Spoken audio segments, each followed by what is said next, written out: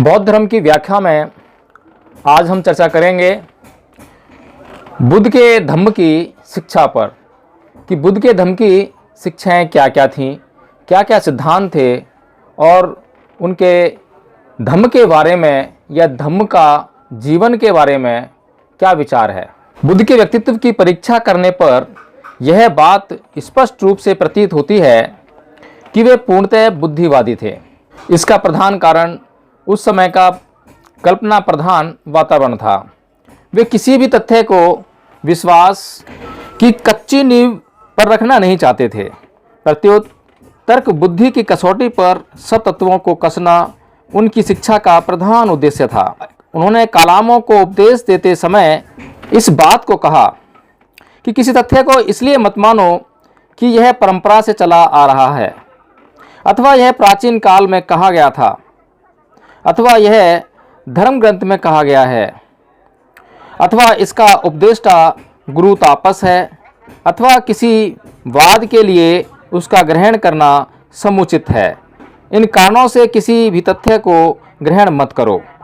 प्रत्युत इस कारण से ग्रहण करो कि वे धर्म कुशल हैं तथा वे धर्म अनबद्ध अनिंदनीय हैं तथा ग्रहण करने का उनका फल सुखद तथा हितप्रद होगा।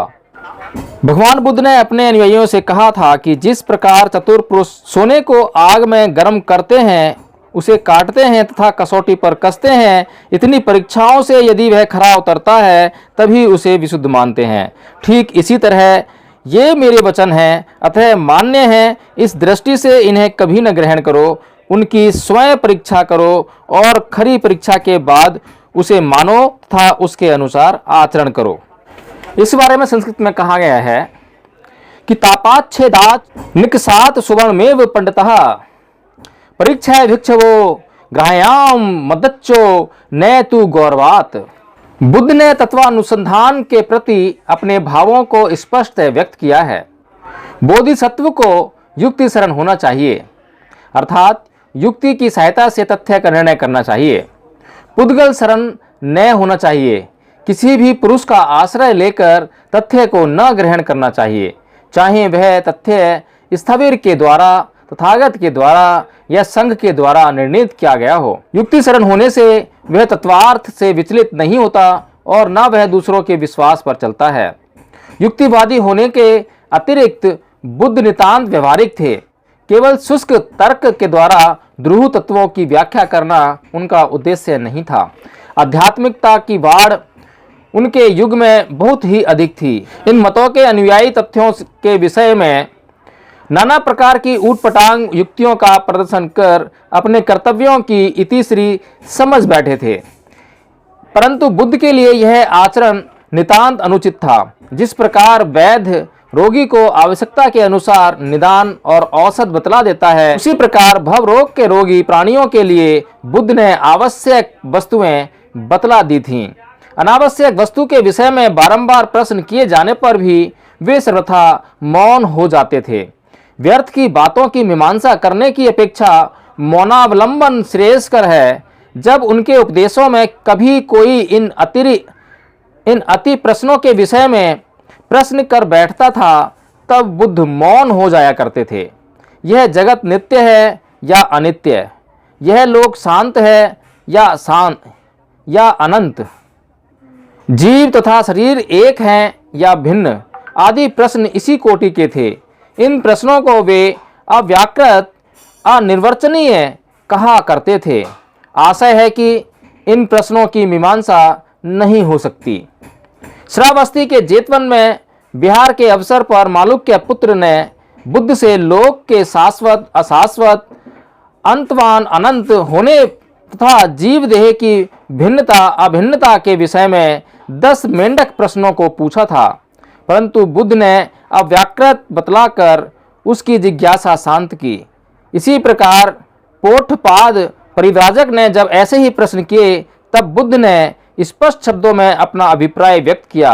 न यह अर्थ युक्त है, न धर्म युक्त, न आदि ब्रह्मचर्य के लिए उपयुक्त, न निर्वेद के लिए, न विराग के लिए, न निरोध क्लेश नाश के लिए, न उपशम के लिए, न अभिज्ञा के लिए, न संबोधि यानी परमार्थ ज्ञान के लिए और न निर्वाण के लिए है। इसलिए मैंने इसे अव्याकृत कहा है तथा मैंने व्याकृत किया है दुख के हेतु को, दुख के निरोध को तथा दुख निरोध गामिनी प्रतिपत्ति मार्ग को।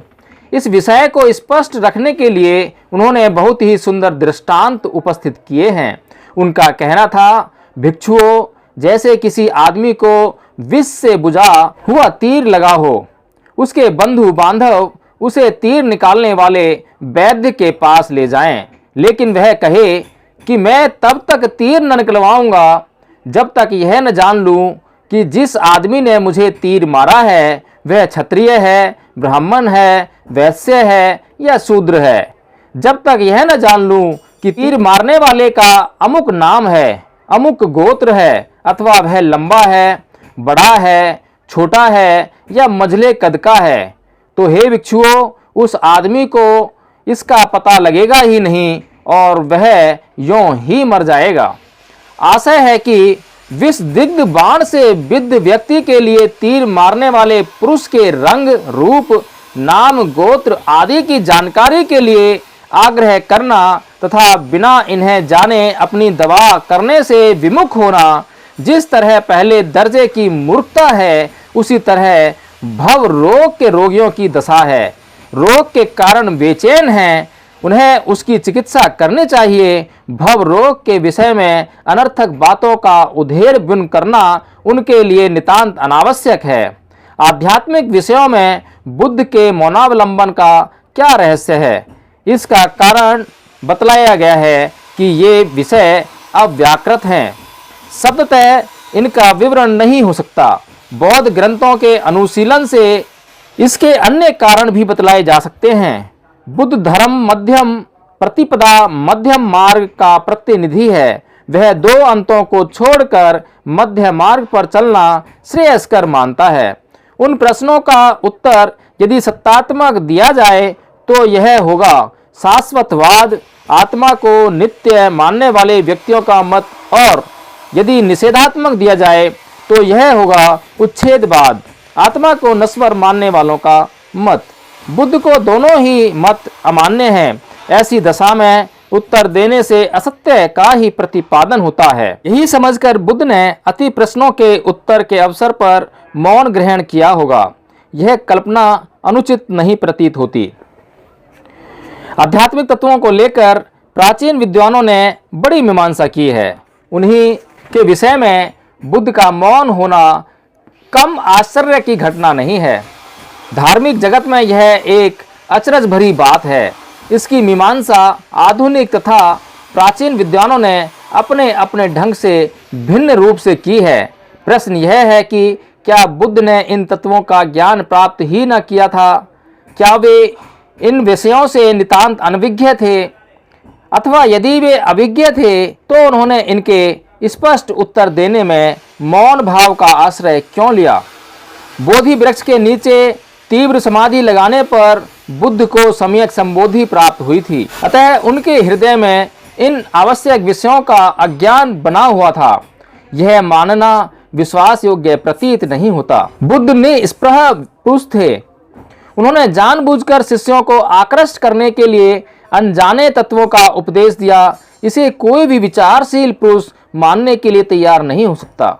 मरते समय उन्होंने अपने प्रिय शिष्य आनंद से स्पष्टतः स्वीकार किया था कि उन्होंने आंतर तत्व तथा बाह्य तत्वों में बिना अंतर किए अनंतर अबाहिरंग कत्वा ही सत्य का उपदेश दिया है। अपने शिष्यों से उन्होंने सत्य के विषय में कोई बात छिपा नहीं रखी है। अतः उनके ऊपर अज्ञान या जानबूझकर किसी बात को छिपा रखने का दोष लगाना सरासर मिथ्या है। प्रश्न के 4 प्रकार पर हम चर्चा कर सकते हैं। बुद्ध के मौनावलंबन की मीमांसा मिलिंद प्रश्न में बड़े सुंदर ढंग से की गई है। मिलिंद को भी ऐसा ही संदेह था जैसा कि हमने अभी चर्चा की है। उसके उत्तर में नागसेन का कहना था, महाराज, भगवान ने यथार्थ में आनंद से कहा था कि बुद्ध बिना कुछ छिपाए धर्मोपदेश करते हैं, और यह भी सच है कि मालुक्य पुत्र के प्रश्न पर उन्होंने कोई उत्तर नहीं दिया था। किंतु न तो यह अज्ञान के बस था, न छिपाने की इच्छा के कारण था। प्रश्न 4 प्रकार के होते हैं। एक एकांश व्याकरणीय है, जिनका उत्तर सीधे तौर पर दिया जा सकता है, जैसे क्या प्राणी जो उत्पन्न हुआ है मरेगा? उत्तर है हाँ। दूसरा विभज्य व्याकरणीय है, जिनका उत्तर विभक्त करके दिया जा सकता है, जैसे क्या मृत्यु के अनंतर प्रत्येक प्राणी जन्म लेता है? उत्तर है क्लेश से विमुक्त प्राणी जन्म नहीं लेता और क्लेश युक्त प्राणी जन्म लेता है। तीसरे प्रकार का प्रश्न प्रतिप्रक्षा व्याकरणीय है, जिनका उत्तर एक दूसरा प्रश्न पूछकर दिया जाता है, जैसे क्या मनुष्य उत्तम है या अधम है? इस पर पूछना पड़ेगा कि किसके संबंध में। यदि पशुओं के संबंध में यह प्रश्न है तो मनुष्य उनसे उत्तम है। यदि देवताओं के संबंध में यह प्रश्न है तो वह उनसे अधम है। चौथे प्रकार का प्रश्न स्थापनीय, वे प्रश्न जिनका उत्तर उन्हें बिल्कुल छोड़ देने से ही दिया जाता है, जैसे क्या पंच स्कंद तथा जीवित प्राणी सत्व एक ही हैं?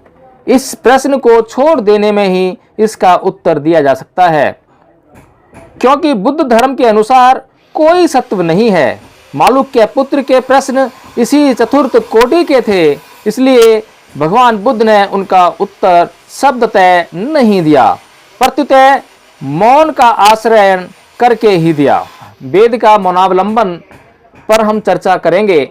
जगत तथा इसके मूल कारण के स्वरूप का निर्णय करना इतना दुरूह है कि उनके विषय में वैदिक ऋषियों ने मौनावलंबन ही श्रेष्ठ कर बतलाया है। इन उपनिषद ने निर्विशेष ब्रह्मा के विषय में स्पष्ट कहा है कि जो वाणी से प्रकाशित नहीं होता, परंतु जिससे वाणी प्रकाशित होती है, उसे ही ब्रह्मा जानो। जिस देश काल से अविच्छन वस्तु की लोक उपासना करता है, वह ब्रह्मा नहीं है। उस निर्विशेष ब्रह्मा तक नेत्रेंद्रिय नहीं जाती, वाणी नहीं जाती, मन नहीं जाता। अतः जिस प्रकार इस ब्रह्मा का उपदेश शिष्य को करना चाहिए, यह हम नहीं जानते। वह विदित वस्तु से अन्य है तथा अविदित से परे हैं। ऐसा हमने पूर्व पुरुषों से सुना है, जिन्होंने हमारे प्रति उसका व्याख्यान किया। तैत्तिरीय उपनिषद का कथन स्पष्ट है कि मन के साथ वचन जहाँ जाकर लौट आते हैं, वही वह परम तत्व है। यतो वाचो निर्वतन्ते अप्राप्य मनसा सह। बृहदारण्यक में उस परम तत्व के लिए नेति नेति यह नहीं का प्रयोग उपलब्ध होता है। आचार्य शंकर ने शांकर भाष्य में वासकली ऋषि के विषय में एक प्राचीन उक्ति उद्धृत की है। वासकली ऋषि वाधव ऋषि के पास ब्रह्मा के व्याख्यान के निमित्त गए। ब्रह्मा के विषय में पूछा, इस पर वाधव बिल्कुल मौन रहे।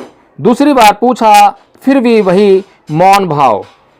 तीसरी बार पूछा, फिर भी वही मौन मुद्रा। इस बार वाधव ने कहा कि मैं बार बार आपके प्रश्न का उत्तर दे रहा हूँ, आप उसे समझ नहीं रहे हैं। यह आत्मा उपशांत है, शब्दतः इसकी व्याख्या हो ही नहीं सकती। अनक्षर तत्व। बौद्ध ग्रंथों में इसी प्रकार के विचार अनेकत्र उपलब्ध होते हैं। महायान विशंक श्लोक 1 में नागार्जुन ने परम तत्व को वाचा वाच्यम वचन के द्वारा अकथनीय कहा है। बोधिचर्या अवतार ने बुद्ध प्रतिपादित धर्म को अनक्षर अक्षरों के द्वारा अप्रतिपाद बतलाया है। अनक्षर धर्म का श्रवण कैसे हो सकता है? इसका उपदेश कैसे हो सकता है? उस अनक्षर के ऊपर अनेक धर्मों का समारोप करके ही उसका श्रवण तथा उपदेश लोक में किया जाता है। इसी प्रकार लंका अवतार सूत्र में अनेक प्रमाणों से सिद्ध किया गया है कि बुद्ध ने कभी उपदेश ही नहीं दिया। अवचनम बुद्ध वचनम।